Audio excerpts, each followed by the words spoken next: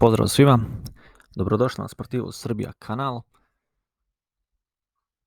U ovom videu napravit ću najkraću moguću analizu utakmice Makabija i Crvene zvezde. Nažalost, Zvezda nije pobjedila, nije ni remizirala, međutim, ja sa stanovišta kako ja to vidim, to i nije tako loše. Evo iz kojih razloga. Ukoliko izanaliziram svakog igrača pojedinačno, mislim da će zaključak negdje i sam doći. Što se tiče Borjana, napravio je minimum jedan kiks. Znači, ja smatram da su 2 od 3 gola posljedica njegovih loših reakcija. Posebno prvi. Tu loptu je morao imati na ruci. Što se tiče drugog, jeste bilo kratko vrijeme reakcije i sve, ali opet mislim da je isto tako mogao malo bolje. Tako da Borjan je jedan od loših aktera ovog meča što se mene tiče.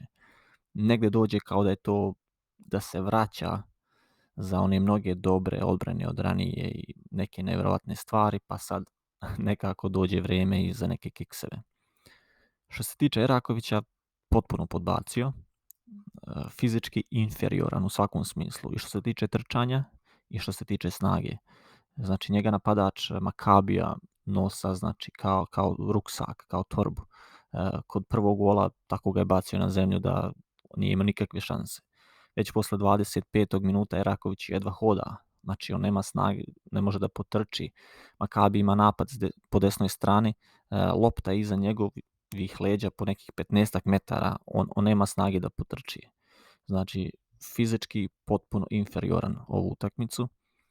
Ja mogu da razumem i veoma teške uslove za igru i sve, ali tako je bilo i svima ostalima, pa vidjeli smo neke koji dosta bolje to odrađuju. Znači, po meni Eraković veoma loš večeras. Dragović, što se tiče odbrane, prilično korektno, prilično dobro.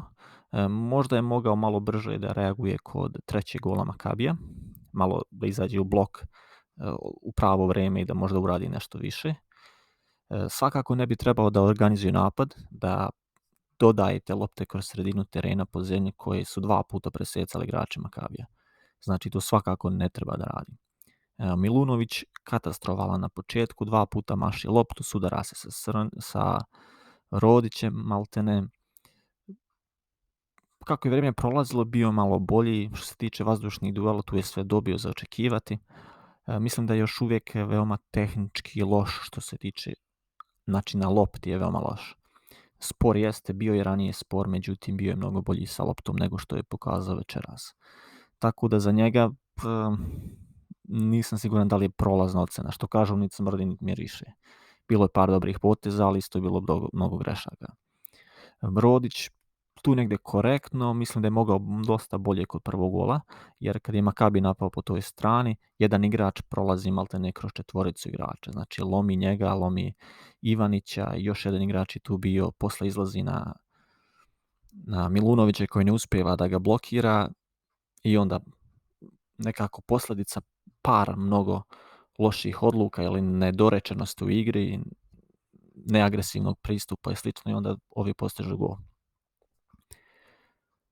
Ivanić prilično dobar, jedan od boljih u Zvezdi, imao je par veoma dobrih lopti, par dobrih poteza. Što se tiče drugog gola Zvezde, po meni on je iznudio taj gol zato što je iznudio grešku igrača Makabija, pa je odigrao dobro sa Pešićem, pa je nastavio akciju, znači sve vrijeme je pratio, bio je već u 16-tercu maltene, pa je onda odigrao za Bukarija koji posle pronalazi Kangu. Tako da velike zasluge za taj gol.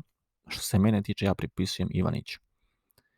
Što se tiče Kangve, na početku prilično neprimetan, par grešaka tipa loše lopte ili neko driblanje gdje gubi loptu i onda srećom nije bila Zvezda kažnjena. Kako je vrijeme proticalo, mislim da je bio bolji i negde bio je tip igrača kao što nekad bio Ambrosini u Milanu. Znači na terenu je, ne vidiš ga puno fizički, ali radi dobar posao za ekipu. Znači tu negdje je bio i Kanga kasnije u toku meča. Kanga najbolji igrač Zvezde večera sigurno, znači uvijek siguran na lopti, dobro igra u svakom smislu, tako da po meni najbolji igrač. Bukari uvijek opasan kad ima loptu, znači uvijek se nešto dešava, nešto se može očekivati i na neki način nešto uradi za ekipu, međutim bez adekvatne podrške od ostatka tima. Imao je veoma dobru priliku koju nažalost nije iskoristio, to mu je jedini minus za večeras. To da je iskoristio, znači opet bi bio jedan od najboljih aktera utakmice. Što se tiče Kataja, to zaista mora bolje. Na par momenata nešto malo se vidi od njega, međutim mislim da je s pravom izmijenjen i da je tako i trebalo biti. Ne bih se puno fokusirao na drugo poluvreme jer stekao sam utisak da na početku je delovalo kao da su tu negdje, međutim kad je Makabi postigao treći gol, mislim da je velika greška da su oni odlučili da je njima dosta 3-2, da nisu želeli više da napadaju, jer su se bojali da će primiti kakav gol iz kontre i mislim da će ih to koštati u revanšu.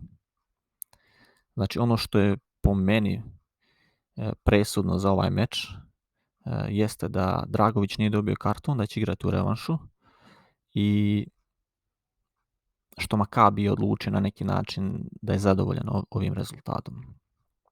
Mislim da je Zvezda taktički prilično dobro igrala. Preuzimanje igrača, čuvanje terena, čuvanje igrača, nije tu bilo nekih puno grešaka. Ovaj rezultat ja bih opisao kao plod individualnih grešaka i teških vremenskih uslova za igranje utakmice. U Beogradu očekujem pobjedu Zvijezde sa neka 2 gola razlike. Nebitno da li će to biti u regularnih 90 minuta, što je veoma verovatno, ili će možda biti tipa 2-1, 3-1 posle produžetka, ali svakako očekujem pobjedu Zvijezde. Nadam se da će svi igrači biti mnogo motivisaniji i da će odigrati bolju utakmicu. Što se mene tiče, nisam toliko razočaran, nisu oni toliko bili bolji što se tiče igre i svega, nego jednostavno te neke sitne greške koje su na kraju skupo koštale Crvenu Zvezdu. Ne znam šta bih još rekao, otprilike to je to. Hvala na slušanju, pa čujemo se skoro. Pozdrav svima.